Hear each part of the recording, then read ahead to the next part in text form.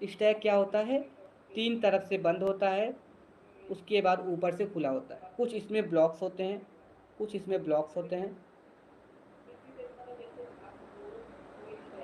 अब ऊपर से ये बड़ा है, ये बड़ा है, ठीक है। अब इसमें क्या करेंगे, हम कुछ एलिमेंट्स को इंसर्ट करेंगे, ऑपरेटर्स को इंसर्ट करेंगे, जब हम इनफिक्स एक्सप्रेशन को या पोस्टफिक्स एक्सप्रेशन को इन सभी को सॉल्व करेंगे।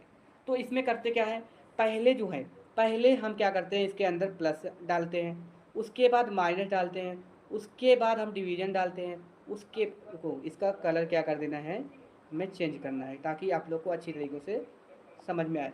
देखो इसके बाद माइनस डालें, फिर इसको माइनस डालें, प्लस डालें, ठीक है। उसके बाद क्या आता है, मल्टीप्लिकेशन आता है, फिर उसके बाद क्या आता है हमारा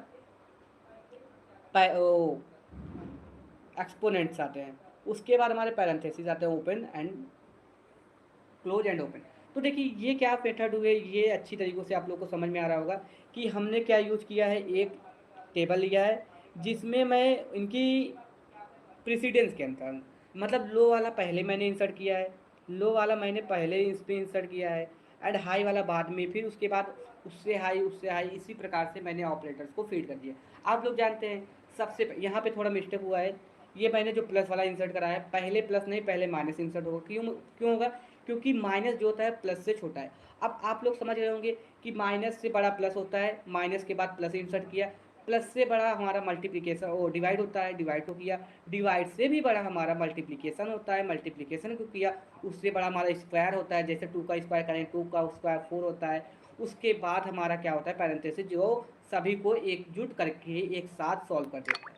तो इसी के क्रम में हम चीज़ों को लिखते हैं, चीज़ों को समझते हैं आसान तरीक़ों से, जैसा कि आप लोगों को अच्छी तरीक़ों से समझ में आ रहा होगा, मुझे फुल ऑफ पता है, ठीक है। यही हमारा प्रेसिडेंस रूल होता है। प्रेसिडेंस में क्या होता है कि मैं पहले लो टू का हाई वाली पहले लो वाले ऑपरेटर्स को अपने स्टैक में डालता हूँ, फिर उसके बाद उससे हाई, फिर उससे हाई, उससे हाई, इसी क्रम में डालते रहता हूँ।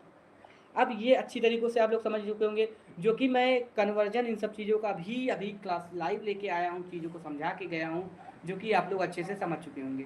तो देखिए इसके बाद हमारा हमने क्या पढ़ा कि प्रेसिडेंस रूल्स को भी पढ़ लिया हमने, ऑपरेटर प्रेसिडेंस रूल को पढ़ा। अब उसके बाद हम इवेल्युएट हमें करना है क्या, इनफिक्स एक्सप्रेशन को।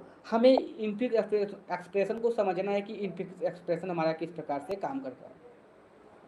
देखो, evaluating infix operation requires additional processing to handle the order of operation parenthesis. First, convert infix operation to postfix notation to can be using stack or recursive